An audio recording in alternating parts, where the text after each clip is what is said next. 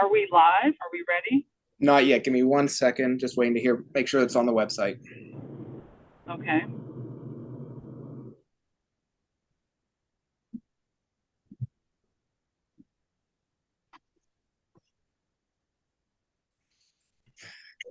All right, we are good to go. Let me just start the webinar. Okay, we are good to go. All right. So good afternoon. This is the meeting of the ALCOSAN Green Committee. Today is May 8th, and we're going to go ahead and get started with the agenda.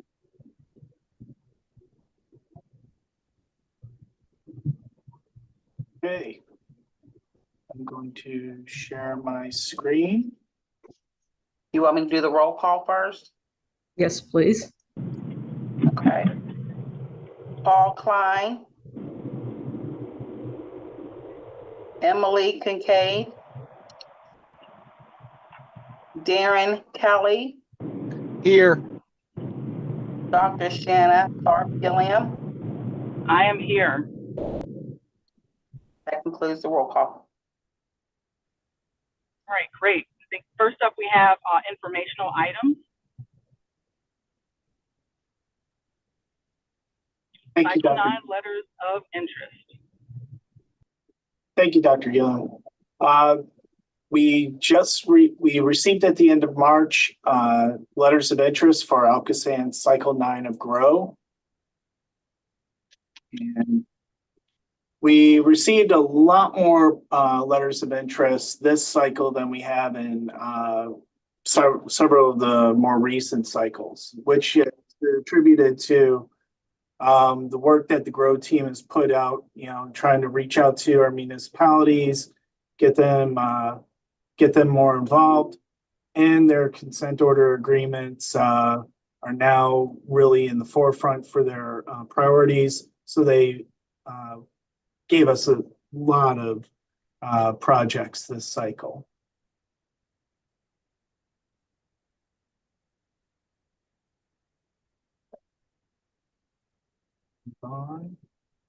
There we go.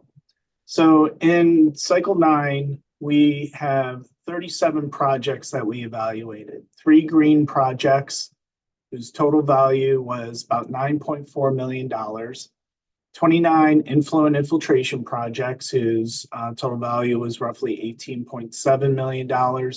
And 5 sewer separation projects whose total value was roughly about $18.4 million.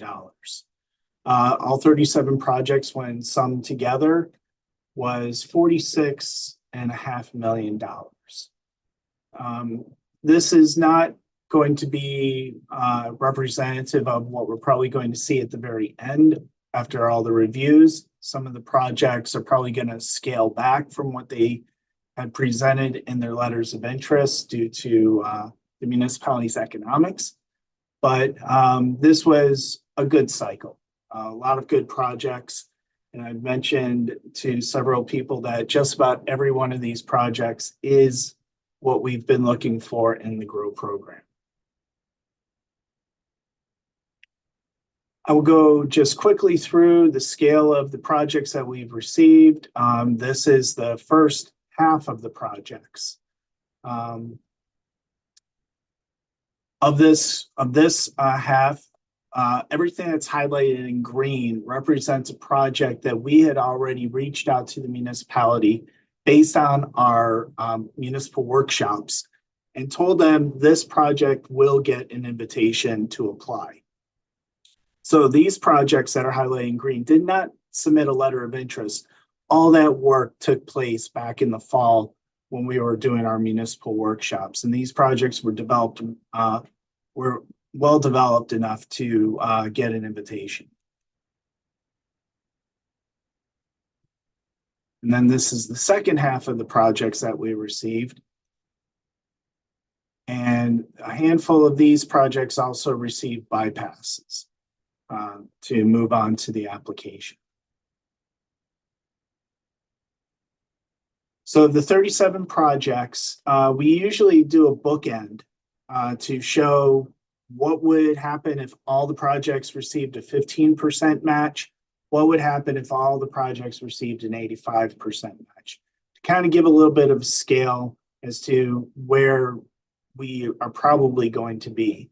So roughly about 7 million on the low end, and on the high end, just shy of $40 million in potential awards.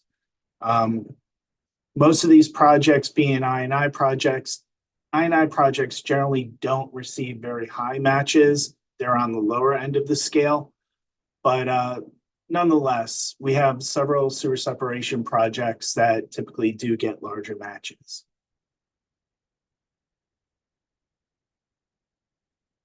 So as we went through, we identified several projects. This would actually, there we go. Everything that's highlighted now in yellow were the projects that we invited to apply. Now you'll notice that there are 3 projects that did not get an invitation. Those 3 projects, they're not bad projects by any sense.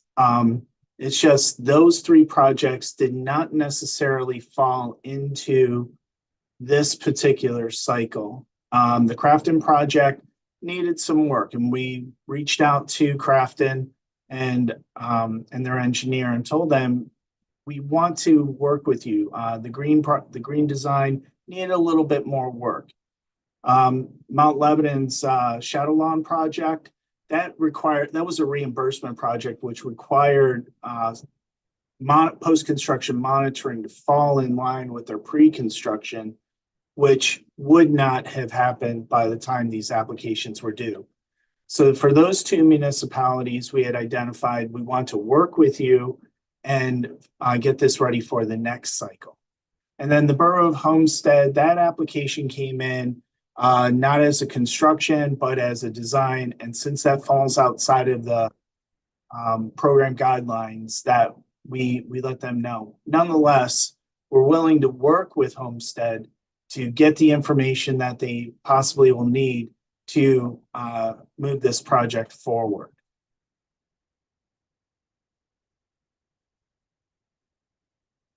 And for the second half, in this particular list, all the projects got invited.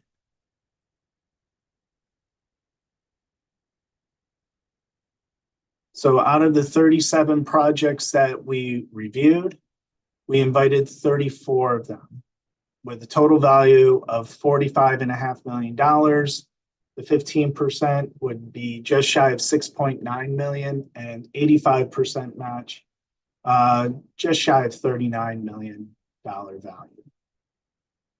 I'm open to answer any questions about the Cycle 9 letters of interest, if there are any.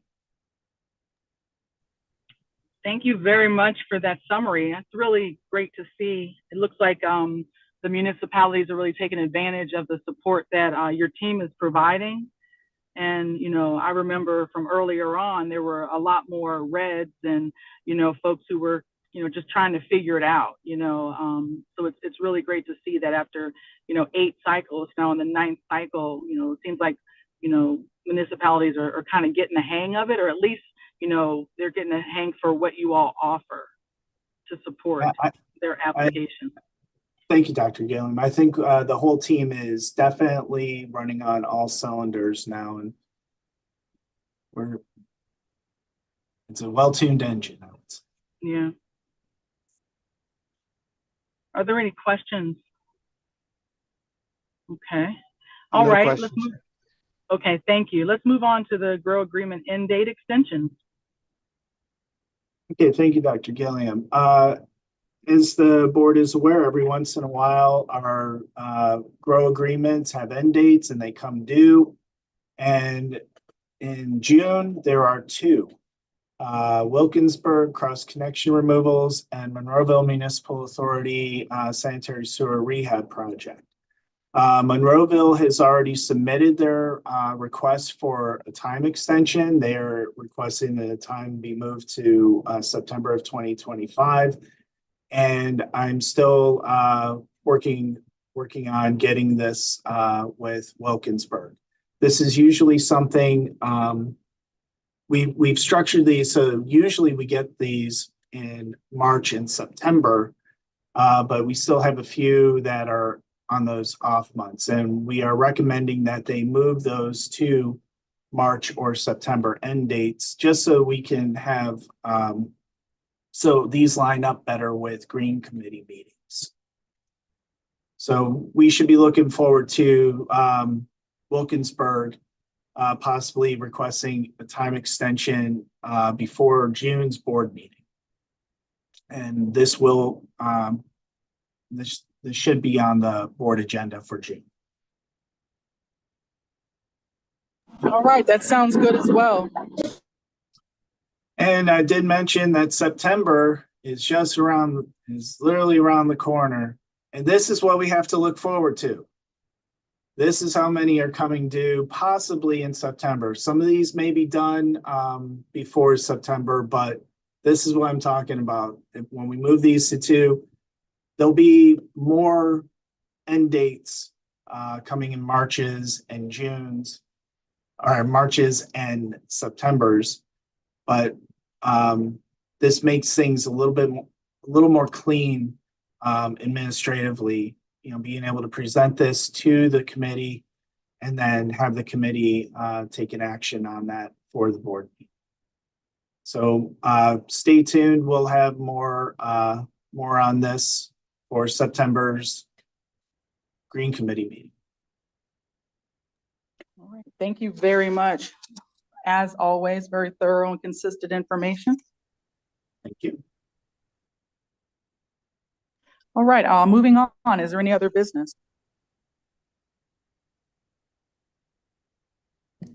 We have no other business today. Just a reminder, as Tim has pointed out, you will have upcoming meetings, and you'll have a board meeting next week. So we look forward to seeing you soon. Okay, well, thank you very much, everyone. Thank you, Tim, for your presentation, and we'll look forward to seeing you all soon. All right, thank you. Thank you, Thank everybody. you. Thank We you, will ma'am. Adjourn this meeting. Thanks, everyone. Thank you. You